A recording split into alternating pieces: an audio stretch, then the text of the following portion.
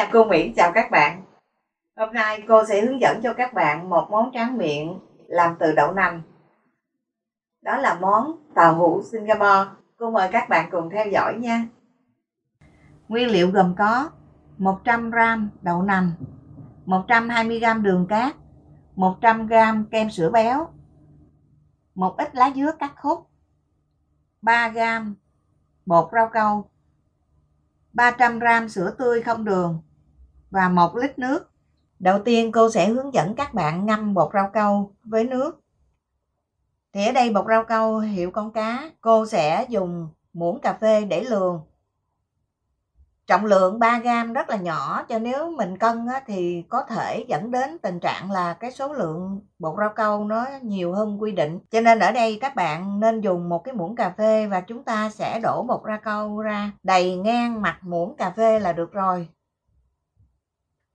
Và sau khi mình lường như thế này thì cái trọng lượng nó tương đương với 3g nha các bạn. Cô sẽ cho vào chén và chúng ta sẽ lấy nước. 1 lít nước này sẽ trích ra 1 phần để ngâm bột rau câu.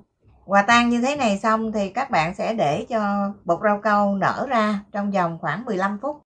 Lượng nước còn lại thì một lát sau khi xả sạch đậu nành xong thì cô sẽ dùng nước này để xay đậu nành và nhồi nhiều lần để cho đậu nành ra hết nước béo. 100g đậu nành này các bạn sẽ rửa sạch và ngâm trong nước từ 6 cho đến 7 giờ đồng hồ cho thật là mềm. Đây là đậu mà cô đã ngâm trong vòng 6 tiếng đồng hồ. Giờ đây các bạn nên dùng tay bóp mạnh ha, ma sát cho đậu tróc vỏ bên ngoài, sau đó chúng ta đãi sạch. Đậu nành sau khi đã rửa sạch, cô sẽ cho vào máy xay sinh tố và cho một ít nước vào xay thật nhuyễn.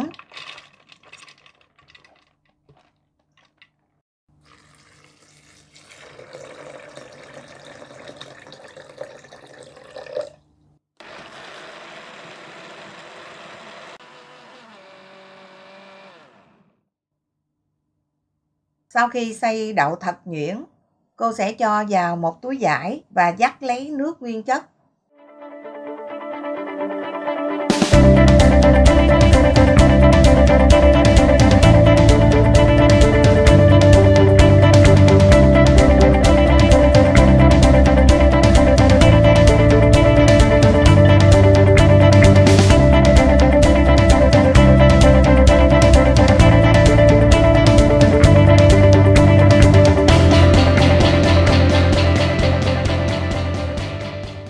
Sau mỗi lần vắt lấy nước, chúng ta sẽ lượt qua rây cho thật mịn.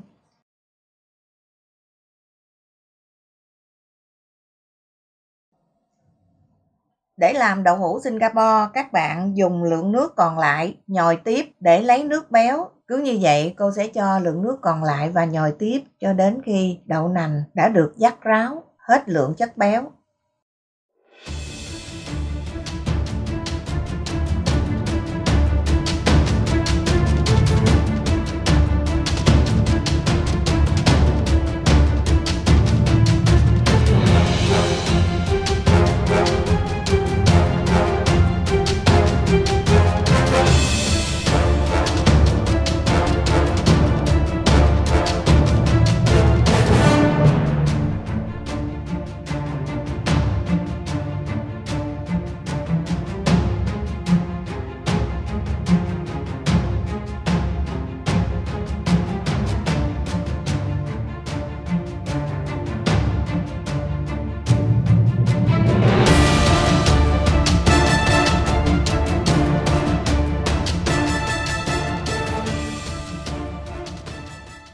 Sau khi đậu nành đã vắt lấy nước xong, giờ bước kế tiếp cô sẽ cho bột rau câu đã ngâm với nước vô nồi và đun ở lửa nhỏ cho đến khi sôi.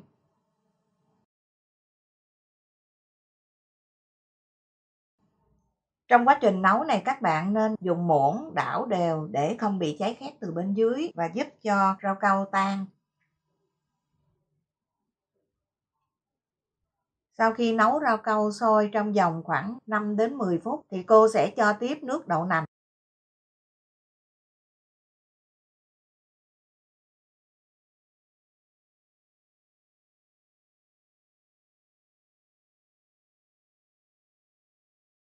sữa tươi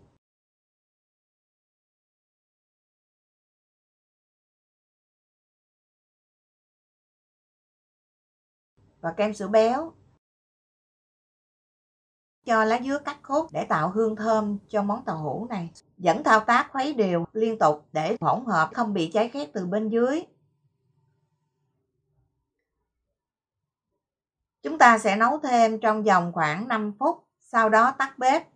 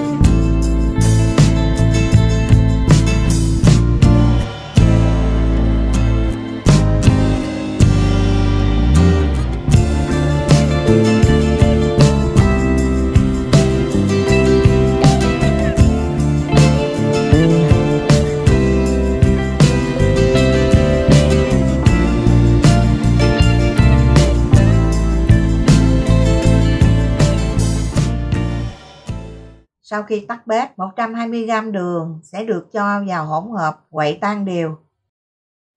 Sau khi nấu xong và làm nguội hỗn hợp, cô sẽ lượt qua rây.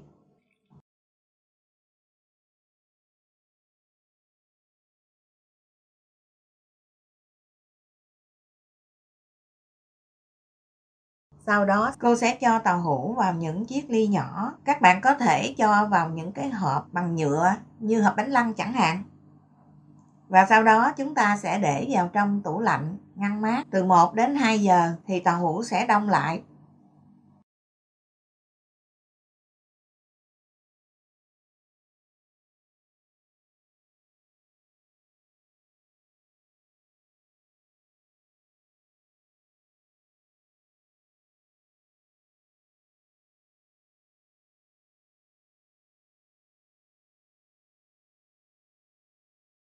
Khi cho đậu hũ vào khuôn, chúng ta sẽ thấy có nhiều bọt khí trên ly. Cô sẽ dùng tăm để đánh vỡ cái bọt khí đó.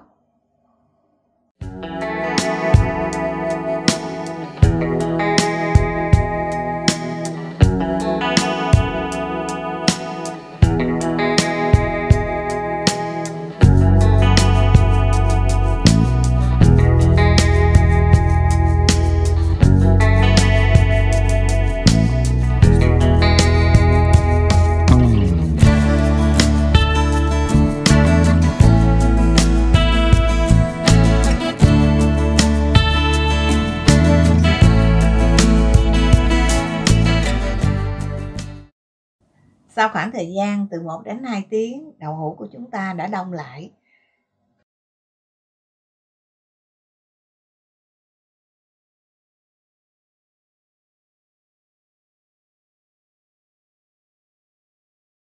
Giờ thì cô sẽ mang ra và trang trí nha các bạn. Ngoài ăn không ra thì đậu hũ còn có thể dùng kèm với lại trân châu đường đen hoặc là nhiều loại trái cây khác, yến mạch hoặc là ngũ cốc ăn sáng. Để làm trân châu đường đen, các bạn có thể xem lại video số 38 trong bài bánh bông lan, trà sữa trân châu đường đen.